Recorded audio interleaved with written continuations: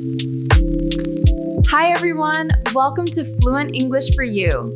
Get ready to start speaking with confidence. Most people believe you need perfect grammar to speak fluent English.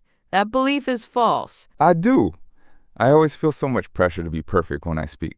That thinking actually stops you from loving your own English voice. It is a huge mistake.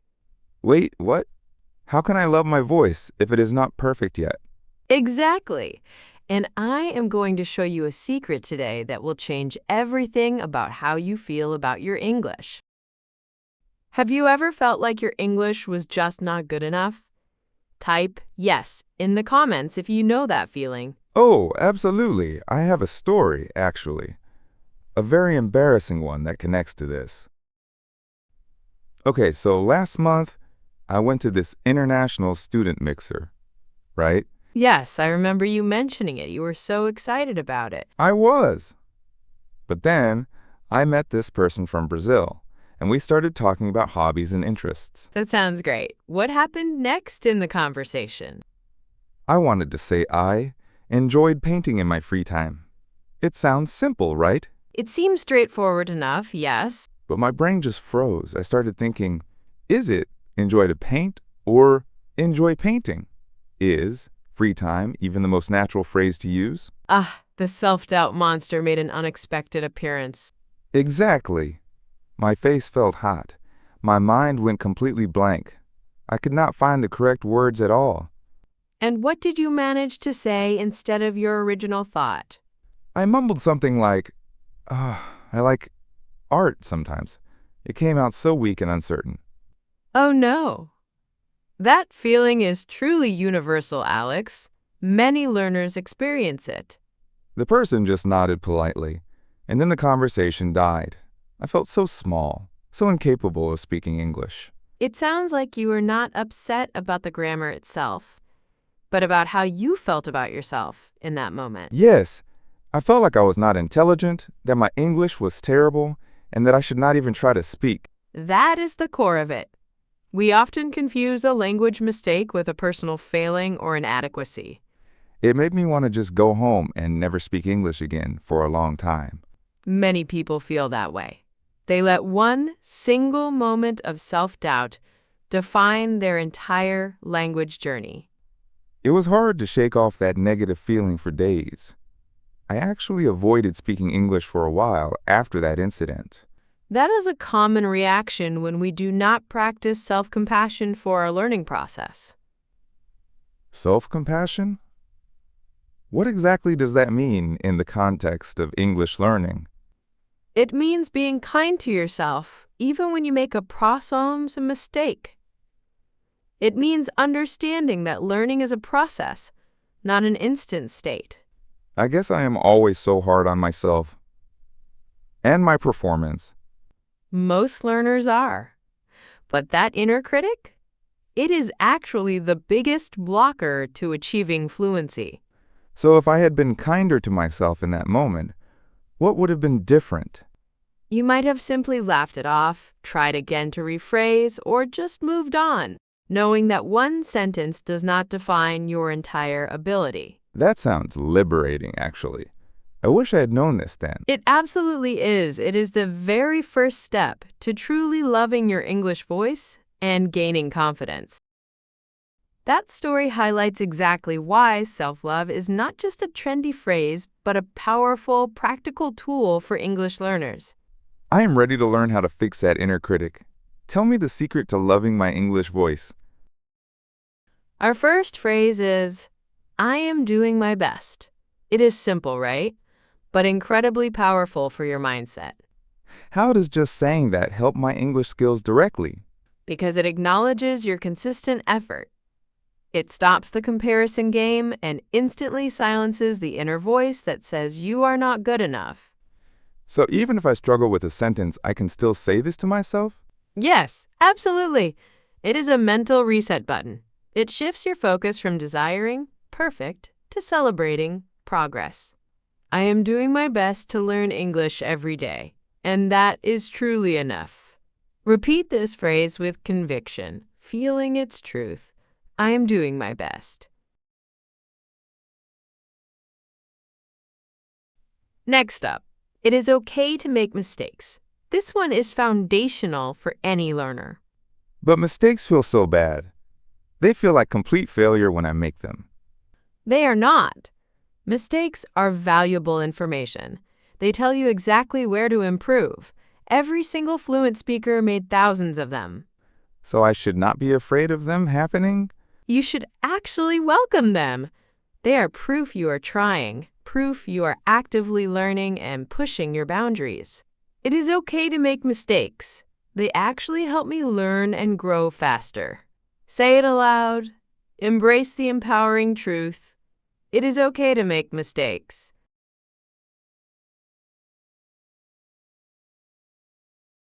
Finally, and this is crucial for genuine self-expression, my voice matters. I often feel like my accent or my simple words make my voice not matter as much. That is precisely what we need to unlearn right now. Your unique perspective, your thoughts, your culture, they are all unique and incredibly valuable. Your English voice carries all of that. So even if I speak very slowly or hesitantly, Especially then. Slow and clear is always better than fast and incomprehensible. Your message is what is truly important. My voice matters, and I will confidently share my ideas in English. Declare this powerful truth to yourself. My voice matters.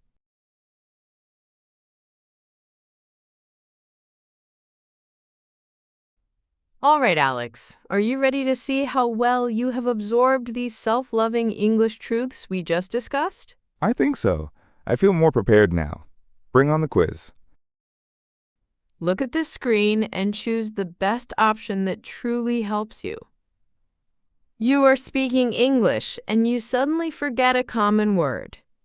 Which thought best reflects self-compassion? Option A. Oh no, I am terrible at English. I will never be fluent. Option B. It is okay to make mistakes.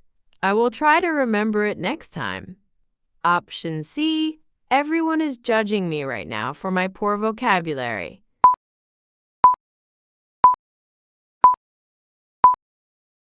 The correct answer, which truly shows self-compassion, is B. Yes, it is okay to make mistakes. I will try to remember it next time. Option B shows you are being kind to yourself and focusing on learning, not judgment. Fantastic! Now let us put these powerful phrases into action in a real, fast-paced conversation. Imagine we are talking about your English journey and challenges. Okay, I am ready to practice. I will try to use them naturally. Let us do this. Hey Alex, how are you truly feeling about your English studies this week? Have you had any breakthroughs? Honestly, Melissa, I am doing my best. It has been a challenging week, but I have been consistent with my practice sessions. That is excellent to hear.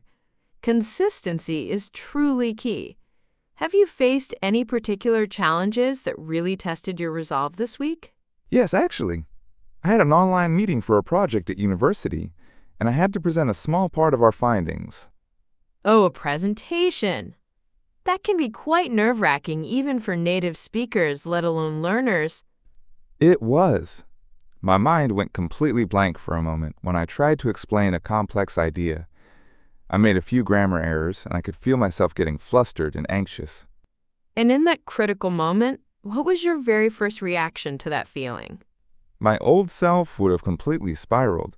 I would have thought, oh no, I am terrible at this. Why did I even volunteer to speak? But this time, you had our 3 powerful phrases, did you not? Exactly. I took a deep breath and I consciously told myself, it is okay to make mistakes. It really calmed me down instantly. That is incredibly powerful. How did that mental shift change the actual outcome of your presentation? Instead of freezing completely, I just paused, regrouped my thoughts, and found a simpler way to explain it. I did not let that moment define my entire presentation. That is incredible progress, Alex. You did not just recover, you adapted. That is true fluency in action, right there. It felt so much better than before. I did not let one stumble derail my confidence. I remembered, I am doing my best, and that was truly enough to continue. And that mental shift, that beautiful act of self-compassion, is exactly what we are aiming for. It allows you to keep going, to keep learning without fear. It is like these phrases are building a stronger, more resilient foundation for my English, not just in terms of vocabulary, but in my self-belief. That is precisely it. Your self-belief is the invisible yet powerful engine of your entire language learning journey. And what about my voice matters? I am still working on fully embracing that particular one. Think about it this way. Even if you are not using the most advanced words or your accent is strong, your unique perspective always adds something valuable to any conversation. So when I shared my simplified idea in the meeting, even though it was not perfect, my voice still mattered because the core message was clear and understood. Precisely. Your ideas, your insights, your unique way of seeing the world, they are all inherently important. Do not let the fear of a perfect delivery stop you from sharing them. I used to think I needed to sound exactly like a native speaker for my voice to be heard or respected by others. That is a common myth that holds many back. The world is full of incredible English speakers from incredibly diverse backgrounds. Their voices matter because of what they say, not just how perfectly they say it. I am definitely starting to understand that. It is more about communicating effectively and confidently, rather than flawlessly pronouncing every single word. Absolutely. And when you truly internalize, my voice matters, you naturally speak with more conviction and much greater clarity. I will keep telling myself that, especially when I feel hesitant to join a discussion or share an opinion. Fantastic. Remember, every time you consciously use these phrases, you are not just practicing English. You are reinforcing a positive, confident self-image as an English speaker. So it is about healing that fear and insecurity I had, even more than just learning new words or grammar rules. Exactly. It is a holistic approach. Your emotional state profoundly impacts your ability to learn and perform in a new language. I feel like I have a secret weapon now. These phrases are like my personal cheerleaders for speaking English. They are, and they are always with you, inside your mind. Keep using them consistently. Thank you, Melissa. This entire approach feels so much more sustainable and kind to myself as a learner. That is the ultimate goal. Learning should empower you, not diminish you. Keep up the amazing work, Alex. Wow, Alex, that was a fantastic demonstration of using these phrases in real-time conversation. I felt a lot more confident just saying them. It really changes the entire feeling of speaking. So let us quickly recap our 3 powerful phrases for truly loving your English voice and gaining confidence. First was, I am doing my best, for self-compassion and acknowledging all my effort. Excellent. Then, to embrace learning and reduce the fear of failure, we had, it is okay to make mistakes. And finally, to ensure we keep speaking and sharing our thoughts, my voice matters. These are not just words, Alex. They are powerful tools for personal transformation in your English journey. I am ready to make them a daily habit and see the difference. For your weekly mission, I want you to choose one of these 3 phrases. Pick the one that resonates most with you right now, the one you need most. Then, for the next 7 days, say that phrase to yourself every single morning. And anytime you feel that familiar self-doubt or anxiety creep in during your English practice, repeat it. Do not just think it. Say it aloud to yourself. Own it. Make it your personal English learning mantra for the week. Are you ready to conquer your English fears and truly love your voice, Alex? Absolutely. This approach feels like a complete game changer for me. Remember that secret I promised at the beginning? The one about changing everything about your English learning? Yes! What is the big secret, Melissa? The secret is this. True fluency does not come from perfect grammar or an endless vocabulary list. It comes from radical self-compassion and the courage to use your unique voice, mistakes and all. It is about healing your relationship with yourself as a learner, and that makes all the real difference in your progress. Wow, that makes so much sense. It is not about changing my English. It is about changing how I feel about my English. Exactly.